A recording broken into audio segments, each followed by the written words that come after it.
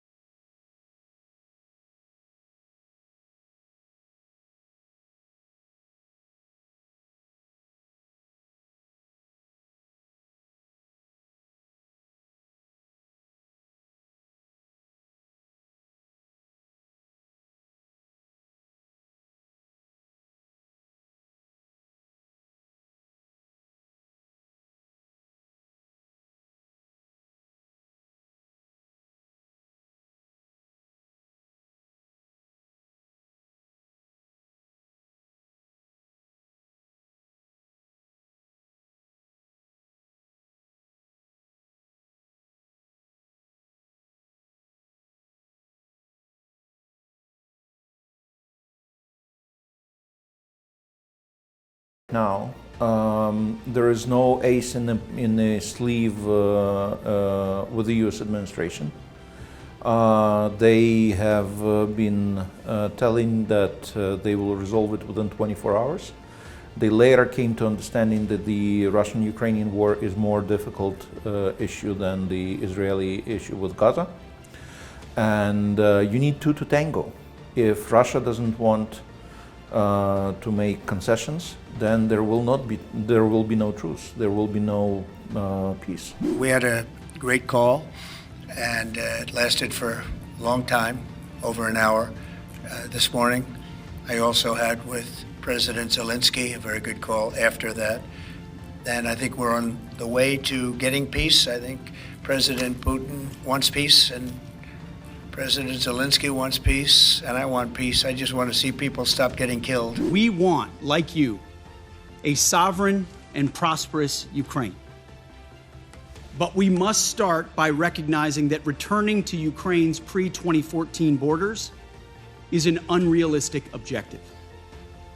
Chasing this illusionary goal will only prolong the war and cause more suffering. A durable peace for Ukraine must include robust security guarantees to ensure that the war will not begin again. This must not be Minsk 3.0. That said, the United States does not believe that NATO membership for Ukraine is a realistic outcome of a negotiated settlement.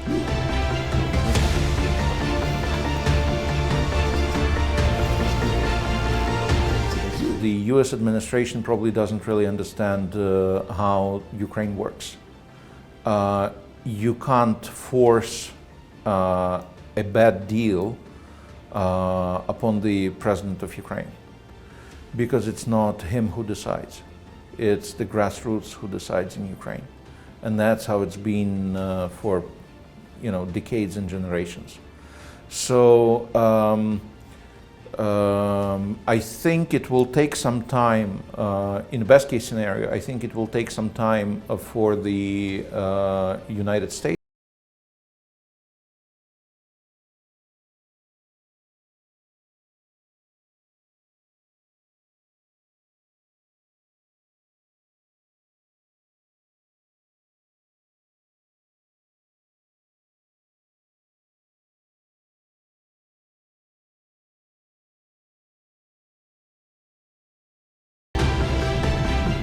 Well, thank you very much. It's an honor to have the president with us. And I'm very disappointed. I hear that, they're upset about not having a seat. Well, they've had a seat for 3 years and a long time before that. This could have been settled very easily. Just a half-baked negotiator could have settled this years ago without the loss of much land, very little land, without the loss of any lives, and without the loss of cities that are just laying on their side. Можете обговорювати що завгодно, але не можна приймати рішення без України, як завершити війну в Україні. Ті чи інші умови.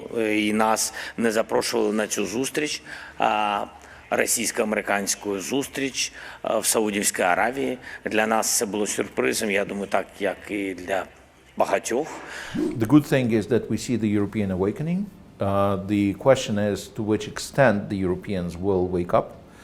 and how well they will understand the threat and the severity of the security situation they're in, and to which extent they actually want to show solidarity. Because there are temptations to keep Ukraine outside of the European perimeter, and if the Europeans will decide to do so, this will be deadly for them as well.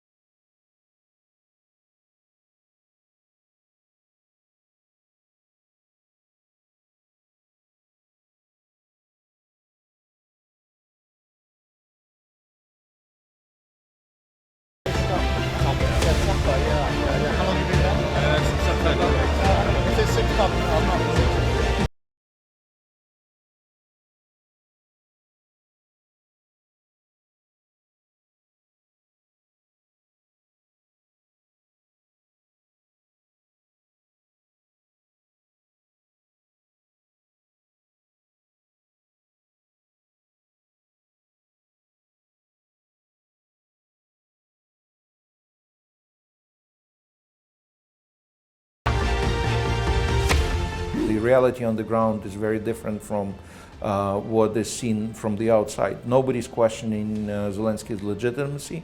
Nobody's questioning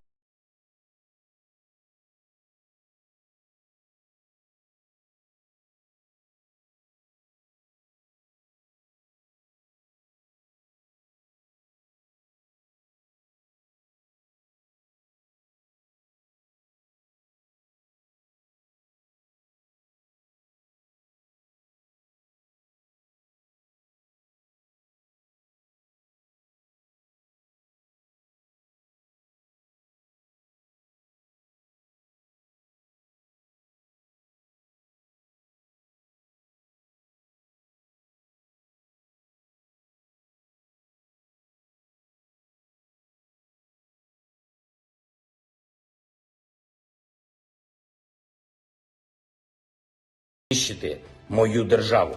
Він хоче знищити нашу державу. Усе те, що ми будували, заради чого живемо.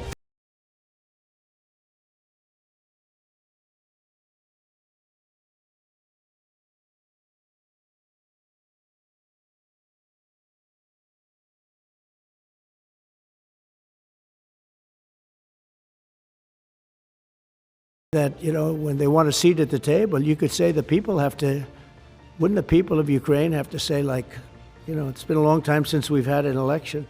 That's not a Russia thing. That's something coming from me and coming from many other countries also.